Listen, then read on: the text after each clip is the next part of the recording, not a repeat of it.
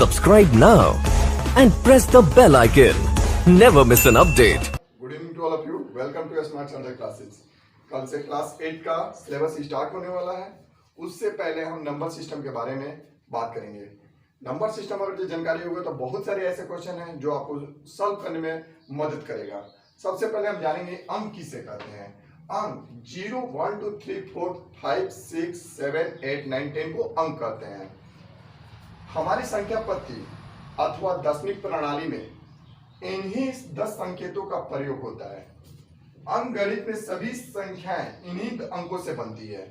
जैसे किसी भी संख्या का हम निर्माण करते हैं, जैसे मान लो कि 1000 का निर्माण करते हैं तो 1 सबसे पहले हम यहाँ से लिए और 000 यानी जो 0 है वो 3 बड़ा अंक का एक निर्माण होता है, यानी एक संख्या का निर्माण होता है। इन्हीं को हम लोग अंक कहते हैं। अंक के बाद हमारा आता है प्राकृत संख्या।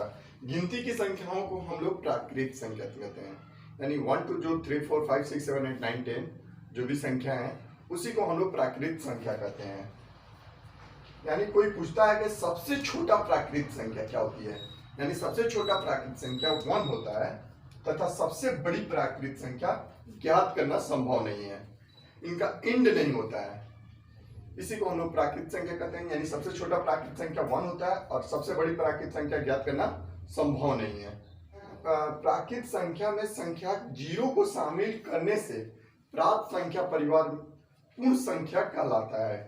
एग्जाम्पल में हम कह सकते हैं 0 1 2 3 4 गिनती के अगर प्राकृत संख्या इसको कहते हैं 1 2 3 4 5 6 7 8 9 10 को, और ये सेम टू सेम 1 2 3 4 5 6 7 8 9 10 और इसके आगे केवल 0 लगा देंगे तो वो पूर्ण संख्या कहलाता है। यानी सबसे छोटा पूर्ण संख्या 0 होता है तथा सबसे बड़ी संख्या पूर्ण संख्या ज्ञात करना संभव नहीं है।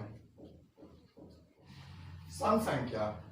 सम संख्या वैसी प्राकृतिक संख्या जो 2 से पूर्णतः विभाजित हो सम संख्या कहलाती है। एग्जाम्पल में हम कह सकते हैं 2 4 6 8।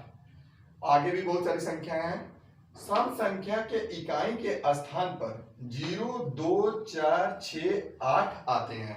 एज फॉर एग्जाम्पल जैसे आपको पता करना है कि वो सम संख्या है कि नहीं, जैसे 6 5 2 4 ऐसे दिया हो तो इकाई के स्थान पे हमारा क्या आ रहा है तो 4 हम देख लेंगे इसमें है कि नहीं, है। तो ये सम संख्या है, यानी ये 2 से पूर्णतः विभाजित हो जाएगा। 2 का विभाजिता का नियम भी यही होता है कि 0 2 4 6 8 है वो 2 से पूर्णतः विभाजित होता है, और जो संख्या 2 से पूर्णतः विभाजित होता है वो सम संख्या कहलाता है। विषम संख्या। विषम संख्या कह रहा है कि वैसी प्राकृत संख्या जो 2 से पूर्णतः विभाजित ना हो उससे हम लोग विषम संख्या कहते हैं। एग्जाम्पल में हम लोग कह सकते हैं 3 5 7 9 आगे बढ़िएगा तो 11 13 15 दो बढ़ाते जाइए विषम संख्या में आएगा। विषम संख्या के इकाई के स्थान पर 1 3 5 7 9 आते हैं। जैसे एच फॉर एग्जाम्पल 5 4 6 1। और जो कोई पूछता है ये कौन सी संख्या है तो ये 2 से पूर्णतः विभाजित नहीं हो सकती है, इसलिए हम इसे क्या कहेंगे विषम संख्या। और इसके इकाई के स्थान पर 1 आ रहा है, 1 यानी विषम संख्या क्या कर रहा है कि इसकी इकाई के स्थान पर 1 3 5 7 9 आए वो विषम संख्या कहलाता है।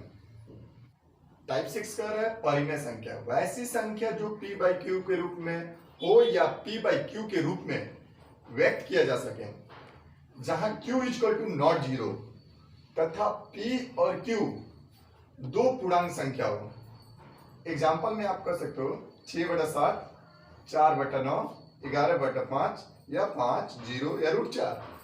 यानी इसके कहने का मतलब है p इसको कहते हैं और q इसको कहते हैं। p की जगह पे 0 चल सकता है लेकिन q की जगह पे 0 नहीं आना चाहिए। अगर जो 0 आता है तो वो एक परिमेय संख्या नहीं होगा।